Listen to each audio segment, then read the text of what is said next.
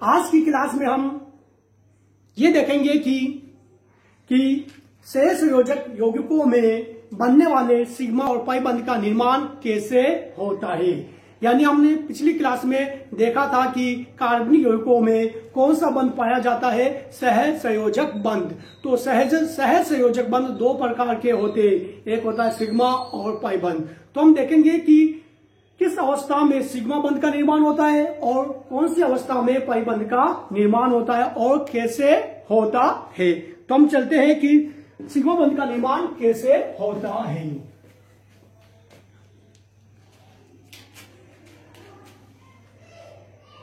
Sigma बंध का निर्माण मैंने पिछली क्लास में पहले भाग में बताया था कि जब भी कोई एस कक्षक किसी भी प्रकार के या एस हो या पी हो या डी हो, किसी भी प्रकार के कक्षक से यदि वो अतिव्यापन करता है तो हमेशा एस कक्षक क्या बनाता है, सिग्मा बंध ही बनाता है। क्योंकि एस कक्षक की आकृति क्या होती है, गोलाकार स्पाइरल होती है, जिसके कारण वो किसी भी दिशा से अतिव्यापन करता है तो क्या होता है, सिग्मा बंध ही बनता है। तो हम देखते हैं कि एस कक्षक एस कक्षक जब अतिव्यापन करते हैं या एस कक्षक पी व डी के साथ अतिव्यापन करता है तो हमेशा सिग्मा बंध का निर्माण होता है। यानी एस से अतिव्यापन करे या एस पी या डी के साथ अतिव्यापन करे तो हमेशा कौन सा बंध बनेगा, सिग्मा बंध बनेगा। इसका कारण क्या है कि एस की आकृति क्या होती है, गोलाकार होती है। नेक्स्ट, यदि पी कक्षक अपने अंतर्नाभिकीय अक्ष पर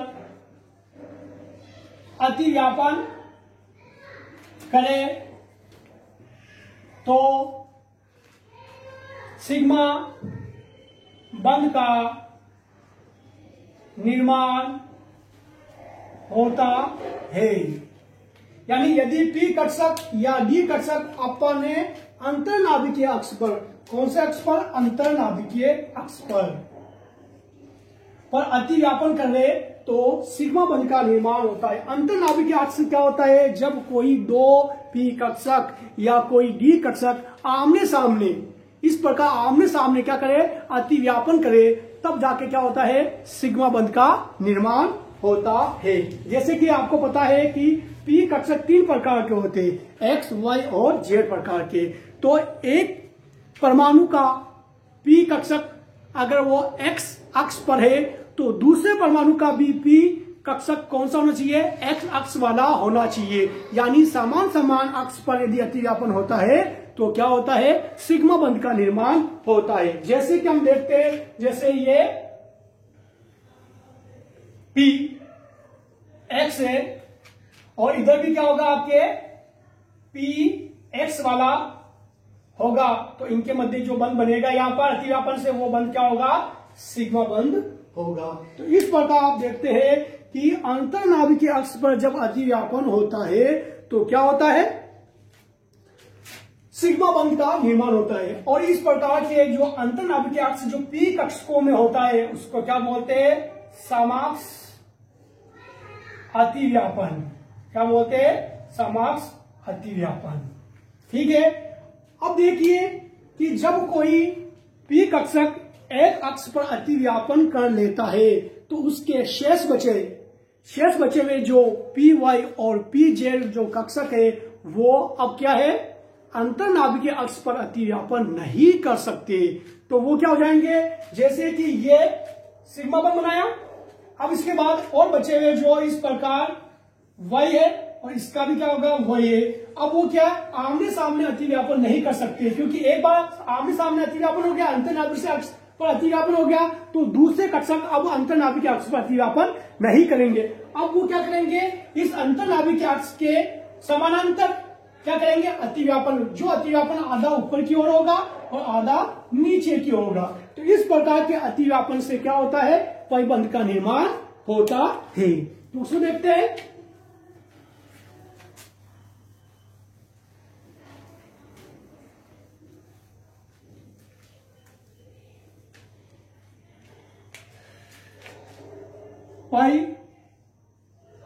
पैबंध का निर्माण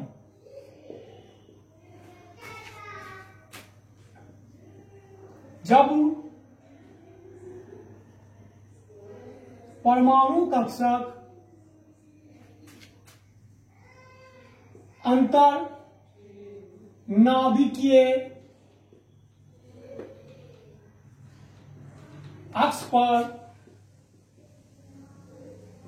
अतिव्यापन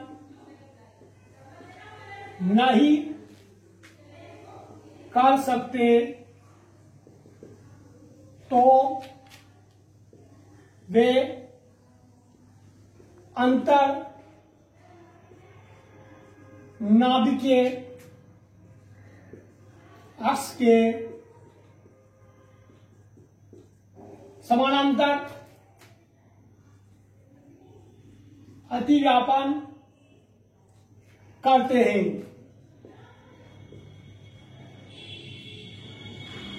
जिससे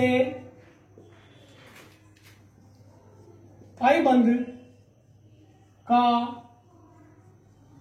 निर्माण होता है।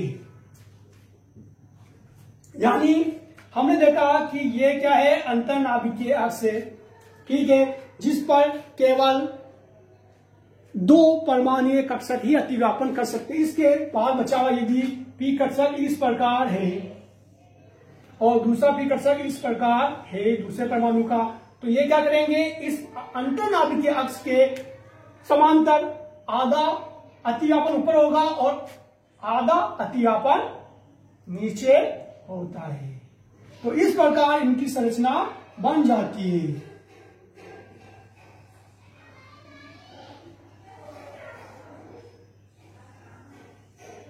यानी इलेक्ट्रॉन का जो घनत्व है यह अंतरनाभिकीय अक्ष के आधा ऊपर की ओर आधा नीचे की ओर बन जाता है। तो इस प्रकार इसको हम क्या बोलते हैं, केला बंध या बनाना बंध भी कहते हैं। और ये क्या है, कौन सा बंध कहलाता है, पैबंध। तो इस प्रकार आपको याद रखना है। और इस प्रकार के अतिव्यापन को हम क्या बोलते हैं, समपार्श्व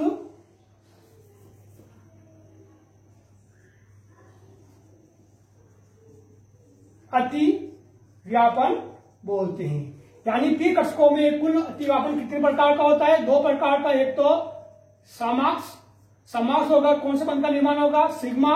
और जब आपके क्या है, समपार्श्व या समपार्श्विक अपन से क्या होगा, पैबंध का निर्माण होता है। तो इस प्रकार जब आपके परमाणु कक्षक अतिव्यापन करते हैं तो पैबंध का निर्माण होता है। अब हम देखते हैं सिग्मा बंध और पैबंध के कुछ महत्वपूर्ण तथ्य।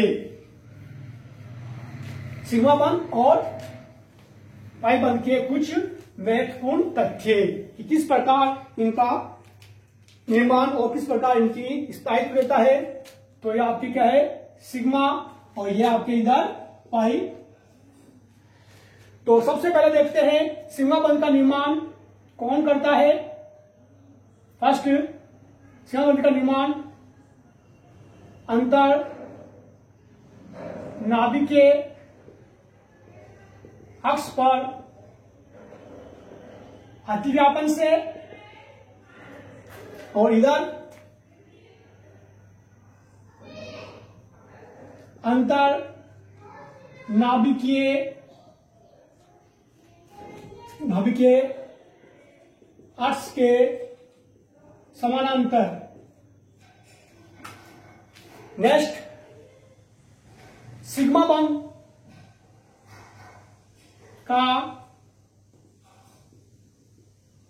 निर्माण संकृत कक्षक करते हैं।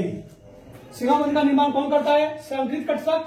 और पाई बंध का निर्माण असंकृत कक्षक करते हैं। थर्ड पॉइंट, सर्वप्रथम सिग्मा बंध का निर्माण होता है। इधर सिग्मा बंध के पश्चात पाई बंध का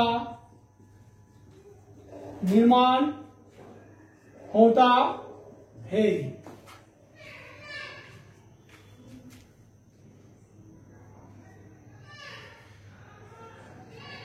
दो परमाणु में सिग्मा बंध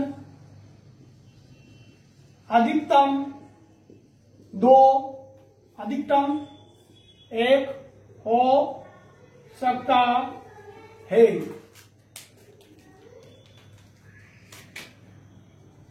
जबकि पाई बंध अधिकतम 2 हो सकते हैं। सिग्मा बंध प्रबल होता है। पाई बंध दुर्बल होता है। इस प्रकार आप याद रखिए, सिग्मा बंध का निर्माण और पाई बंध का निर्माण के बारे में अंतर्नाभिकीय अक्ष पर जब अतिव्यापन होगा तो सिग्मा बंध, और अंतर्नाभिकीय अक्ष के समानांतर अगर अतिव्यापन होता है तो पाई बंध। सिग्मा बंध का निर्माण संकृत कक्षकों के द्वारा होता है, यानी संकरण की प्रक्रिया से जो कक्षक बनते हैं उनके द्वारा होता है। और पाई बंध का निर्माण असंकृत कक्षकों के द्वारा होता है, यानी असंकृत कक्षक जो संकरण की प्रक्रिया में भाग नहीं लेते। जब भी कोई बंध बनता है तो कौन सा बंध बनता है? सिग्मा बंध के बाद किसका निर्माण होता है? पाई बंध। कभी भी पहले पाई बंध का निर्माण नहीं होता है, सबसे पहले सिग्मा के बाद पाई बंध का निर्माण होता है। दो परमाणुओं में केवल एक सिग्मा बंध हो सकता है, और पाई बंध कितना हो सकता है? 2 हो सकता है। सिग्मा बंध क्या होता है? प्रबल होता है, और पाई बंध क्या होता है? दुर्बल होता है। तो आज की क्लास में आपको ये नॉलेज या ये अध्ययन हो गया है कि सिग्मा और पाई बंध का निर्माण कैसे होता है, और इनमें से कौन दुर्बल और कौन प्रबल है, पहले किसका निर्माण होता है, किसके बाद में निर्माण होता है, इसका आपको पता चल गया होगा। तो आज की क्लास में यहां तक के अध्ययन, नए टॉपिक हम अगली क्लास में पढ़ेंगे।